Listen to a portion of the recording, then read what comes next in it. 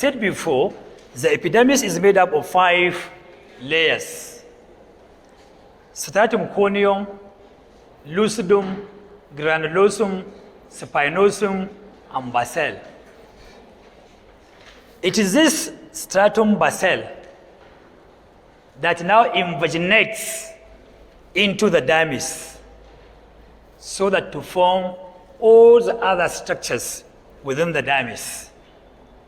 In the dermis, as I told you in the previous video, I said we have hair root, hair follicle, we have sebaceous gland, we also have sweat gland.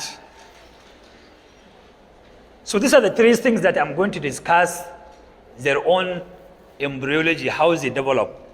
If we now take hair itself, initially, the epidermal cell layer, the basal layer of the epidermis, invaginates into the dermis. That means it goes deeper as a small protrusion, just like a finger-like projection. If this is the dermis, this is dermis here, below the epidermis, which is this one, the developing epidermis. So this basal layer, as it invaginates into the dermis, it forms a finger-like projection, what we call a hair bud. We call it what? Hair bud. This bud continues to elongate inside the dermis. So now this hair bud elongates until it reaches towards the base of the dermis. And at the base of this developing hair bud, we also have condensation of cells around it. And these cells, they are from the mesodermal cells of the dermis. If you can remember, I said that the dermis developed from mesoderm. So within the mesoderm, there are some mesenchymal cells that concentrate around the base of this developing hair. And so this condensation of these mesenchymal cells around the developing hair is what we call hair papilla. So this hair papilla now develops from the condensation of mesenchymal cells around the developing hair bud. So as soon as the hair bud continues to elongate, it encloses the developing hair papilla, so that at the end of the day, these mesenchymal cells, they are now being enclosed within the developing hair. And so the whole set of hair now forms bulbular-like structure, what you call hair bulb, just like your bulb that you use to on your light in your room. So now the whole of this hair papilla and hair bud, as it becomes bulbous, it's now called hair bulb. Initially, this hair bud, as it elongates, the cells inside, there are some spaces that tend to develop inside this hair bud. And so these spaces, they tend to coalesce until they now form a hollow tube through which the hair now emanates from this hair papilla. So the hair now comes out surrounded by these cells from the developing hair bud, so that finally it forms what we call hair follicle. So now we have hair developed from initially from the hair bud. Hair bud, now hair papilla develops underneath. Then after the hair bud encloses the hair papillae, it now forms a bulbous structure within the dermis known as hair bulb. And then spaces develop within the developing hair bud, and the spaces now they coalesce together to form a tube through which the hair now, after it has been formed, it comes out of its own follicle, so that you have the hair emanating there. So it is now going to penetrate all the 5 layers. The spaces they form, right from the basal layer up to the topmost layer of the developing skin. So you have the hair now emanating. So we have now seen that the hair develops purely from the ectoderm. Similarly, from the cells, from these ectodermal cells that give rise to this hair itself, we also have cells that also invaginate inside the dermis so that it forms the sebaceous gland. And that sebaceous gland, as I said before, it is also responsible for the production of, the sebum, which finally now lubricates our own skin. So I said that the sebaceous gland also emanates from the cells that give rise to the hair bud. So that means even the sebaceous gland is ectodermal in origin. Similarly, the sweat gland also emanates from the cells invaginating the dermis from the developing, hair. The cells that give rise to the hair bud, from that we also have cells emanating from those cells so as they give rise to the sweat gland. And finally, the sweat gland, the sweat gland, after it has been formed now, the ductal system also develops so that it opens up into the hair follicle. So at the end, any secretion from the sweat gland will now pass through the duct of the sweat gland into the hair follicle, and then the sweat will now be excreted through the hair follicle outside of the skin. So we have now seen that both the sebaceous gland, the hair, and the sweat gland, they all develop from ectoderm. Are you clear? So we have now seen that, and then we have now known the function of the sweat gland, we've known the function of the sebaceous gland, and the function of the hair, you all know it. Hair also gives beauty to ourselves. In females, you see if they have a very thicker and elongated hair, they tend to weave, and they become so much beautiful by the time they weave the hair. Even if they don't, if they do their own payment and what have you, they bring it back, it adds their own beauty. Similarly, the hair in our armpit is very important by preventing us from, having some frictions when we are moving, when we want to walk around. Your upper limb will now be rubbing against your trunk. So the armpit hair prevents you from having friction between your upper limb and the trunk so that you will not be feeling pain. You get it? So many functions of the hair is there in your textbook, and these are the few ones I can tell you for now. So we have now seen how the hair, the sweat gland, and the sebaceous gland do develop. Other things that I will tell you is some other cells that are very important with regard to the skin. There's what we call melanoblast.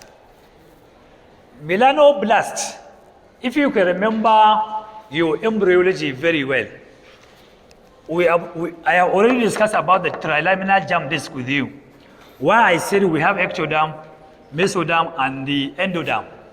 If you can remember very well, when the neural tube is developing, initially we have some indentation of the ectoderm deep down into the mesoderm so that it forms what you call a neural groove. Then the neural groove now closes so that we have what you call neural tube. Are you clear? So at the edges of the neural tube, we have what we call neural crest cells. I'm sure you can remember that. These neural crest cells, they are by the side of the developing neural groove and neural tube. So it is from these neural crest cells. These neural crest cells, they are ectodermal in origin. So they also migrate from this area where they develop, they now pass down into the base of the epidermis. That means these neural crest cells, they now come and stay in the basal layer of the epidermis. It is these neural crest cells that now differentiate into what you call melanoblast. This melanoblast, after they grow and regrow, they finally mature into what we call melanocytes. They are all present in the basal layer of the epidermis. And so finally, they form what we call melanin. This melanin is responsible for giving our dark coloration. If you look at us, some of us are darker in complexion, some are lighter in complexion. Those of us that are dark in complexion, that means they have more melanin in their own skin. That means their own melanocytes produce a lot of melanin, and that is why they are darker in complexion. Those of us who are light in complexion, that means we have less melanin. It means our melanocytes, they don't form more melanin, you know. So now the melanin is important in that it protects us from the UV light, what we call ultraviolet light. We call it what? Ultraviolet light from the sunlight. So the sunlight contains a lot of ultraviolet rays, and so those rays are very much harmful and damaging to our skin and our internal structures. So it is as a result of this melanin, that is why we're able to consume or contain the side effect of the UV light. So it means that people with more melanin, people who are very dark in complexion, they are much protected from the effect of sunlight than people who are lighter in complexion. That means they are at advantage. It means our faran ma ashe ba wani tsiya bane ko? Akwai problem. So now we've seen that melanoblasts develop from the neural crystals, which after the neural crystals, they differentiate, give rise to the melanoblast. Melanoblast, they now grow and regrow and mature into melanocytes. Melanocytes, they produce melanin, and this melanin protects us from the UV light. Other cells, what we call Langerhans cells. These Langerhans cells, they are also very much important in that they are part of the immune cells.